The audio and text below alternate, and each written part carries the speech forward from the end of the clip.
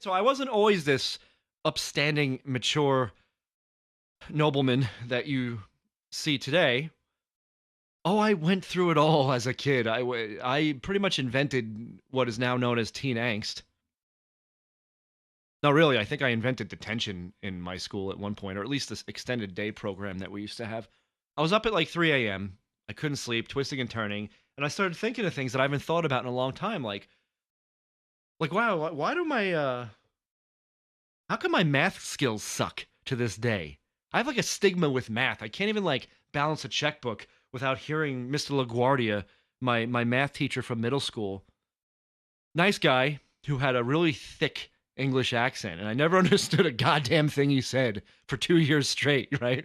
So every time I'll be like writing out the check or whatever, then balance the checkbook, and I'll be like, I'll hear his voice, Michael, did you forget to carry the two again? And by the way, did you and Jerry blow up the bathroom? And I'd say, what do you mean did I blow up the bathroom? No, you saw me. I went to the bathroom, but I came back and I was sitting here when the bombs went off. That's true. And then the principal would come in. Is Michael Rocco in this room? And Mr. LaGuardia would say, well, no, he was here, sir. He was here the whole time. He didn't do nothing wrong. And the moment the principal left, he'd look at me and say, did you blow up the bathroom? And meanwhile, I did. I went to the bathroom. And what he didn't know was I had a cigarette fuse. I took a few drags and then put the other end of the cigarette into the fuse of a bunch of blockbusters or whatever, put it behind the toilet, and then casually walk back to the room. So everything, within 10 minutes, everything explodes and everyone's screaming. Oh my God, you are so fucked up. I can laugh about it now. I can laugh now about this. Nobody got hurt, but can you imagine? I was 12.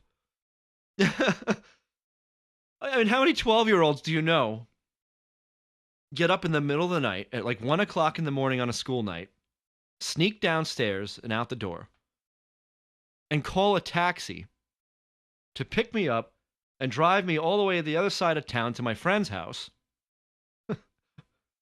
We would just kind of lay out and look up at the sky and just talk about everything all night, about the Gulf War or whatever was going on at the time. Smoke our cigarettes, our cheap Camel cigarettes, and then I would call a cab and come back home again and sneak back upstairs. And my parents had no idea what was going on. There was no supervision. And I think my father was even like sleeping downstairs on the couch too. And I went right past him like nothing. At 12 years old? I was 12 and I was doing this stuff, right?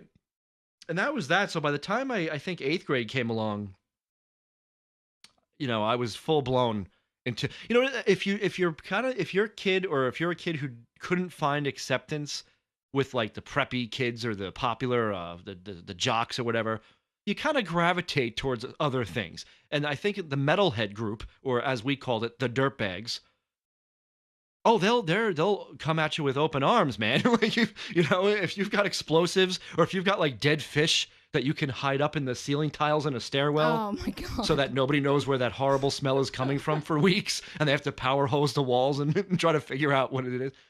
That's what you do. So in 9th grade, yeah, this is where it really got bad, because my friends and I, we were monsters. We were terrors. And I remember my friends and I trying to flip over the security car with the security guard inside it. His name was Rudy. I always remember this because he let us smoke cigarettes out in the courtyard. In the early 90s, you can actually still smoke cigarettes as a student outside in the courtyard. That was apparently okay. So to thank him. So me and my friends, it was like 10 of us, and we were like lifting this car on its side, and he was about to go over. And then, of course, everyone chickens out, and I look over, and it's like 3 of us left.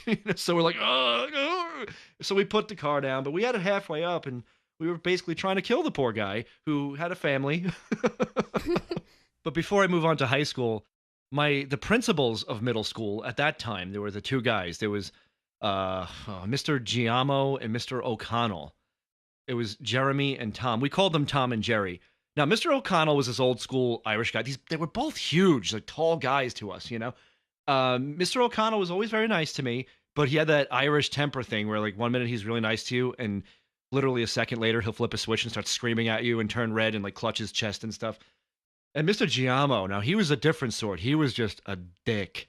Now looking back, I understand kind of why he was a dick, but he was old school, man. And And he would one time he finally had enough and he just said, "Michael, you're staying after school today." And he called my mother and she came in and they searched my locker for explosives.